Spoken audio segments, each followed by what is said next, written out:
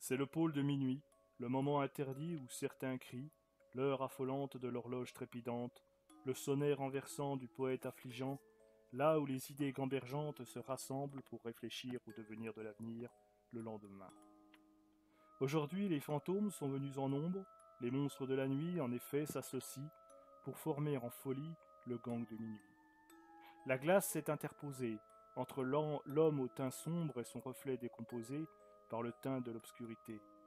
La noirceur de la chambre met en valeur la scène de la peur, et les dents blanches de l'accoutumance se reflètent dans le plan souriant.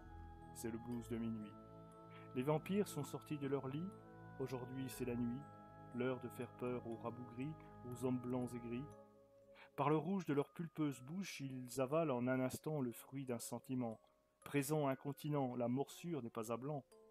La petite chauve-souris dans son malheur rit de terreur, de style.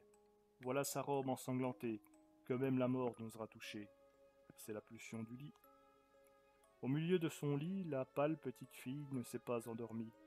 C'est l'heure des ombres, générée par la lampe lumineuse et réconfortante, mais créant de terrifiants petits monstres. L'oreiller s'est retourné. Voilà la petite fille, toute apeurée. Un jour, elle s'en rappellera, en voyant quelconque objet, et l'œuvre de tous ces satanisés passera enfin à la postérité. Il faut la descendre, la colline, lointain souvenir, loin d'être fini. Dans l'alcôve bleutée que le poète a colorée, un couple dort bienheureux. Il est le malheur des chimères, coups de tonnerre et autres lutins de pierre.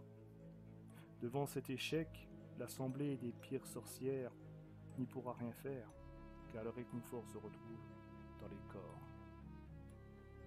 C'était l'histoire de la nuit, Saturday Night Diary.